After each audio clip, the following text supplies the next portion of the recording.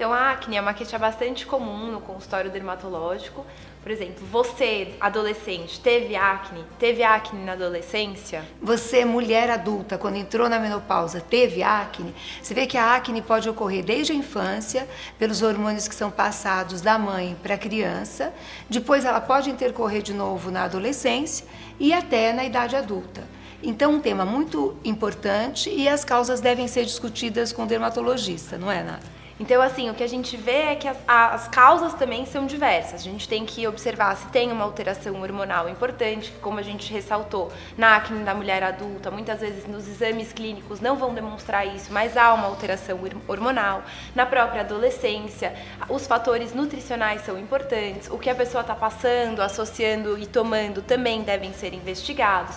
E as doenças também. Por isso, a avaliação dermatológica em todas as fases é extremamente importante. E o tratamento precoce também ajuda a não terem as cicatrizes, né? Uma questão importante na mulher adulta que vale a pena ressaltar é que muitas vezes na ansiedade de não envelhecer, a mulher começa a utilizar cosméticos muito oleosos e acaba desencadeando pelo uso inadequado dos cosméticos uma acne cosmética. Então é uma questão que também tem que ser avaliada. Então o uso de produtos oleosos, especialmente nessa fase em que há uma interação hormonal um pouco atrapalhada, pode também causar acne. Então, identificar muito bem as causas, afastar fatores desencadeantes, como, por exemplo, o uso inadequado de produtos tanto orais quanto tópicos. Por exemplo, algumas vitaminas do complexo B também podem desencadear acne. Então, é uma história muito minuciosa que o médico tem que fazer diante do paciente que chega com essa causa. É muito importante para que o resultado do tratamento se estabeleça da maneira mais eficaz possível. E quais são os tratamentos, então?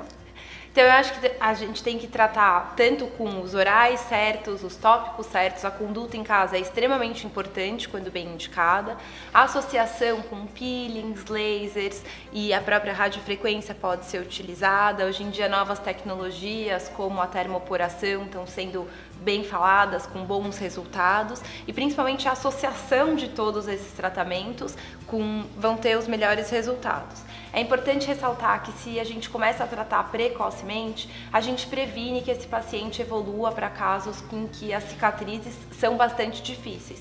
Quando a gente fala de cicatrizes de acne, a gente fala de uma cicatriz bem profunda, que pode ser muitas vezes esteticamente desagradável e que mexe muito com o paciente, com a parte emocional, a autoestima desse paciente. Então, tratar precocemente é sempre uma boa opção.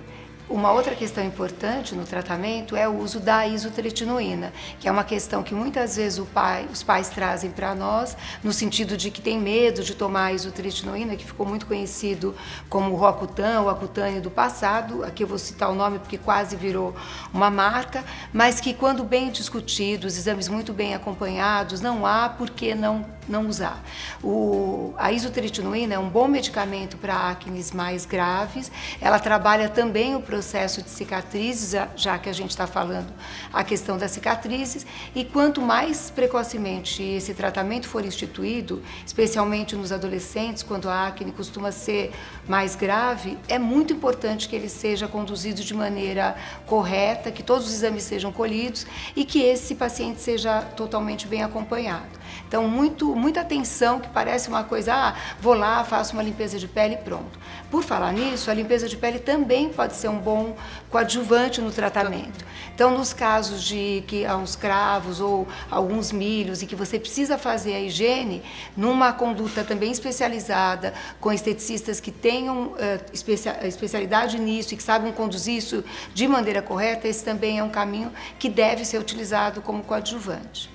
Então, acho que o que a gente tem como conclusão é que em qualquer caso, se a gente está falando da acne, a avaliação é extremamente importante, sendo feita por um dermatologista, para que essa conduta e avaliação seja feita da maneira mais integrada e completa possível. E especialmente falando dos adolescentes, a gente vê que mexe muito com a autoestima deles. Então, tratar precocemente pode evitar que eles evoluam para cicatrizes e que eles tenham traumas maiores. A gente percebe que quando a gente trata, eles evoluem eles ficam muito felizes, muito agradecidos, e sem as cicatrizes melhor ainda. Agora, evoluiu para cicatriz, na sua época não tinha jeito de tratar cicatrizes, o que fazer?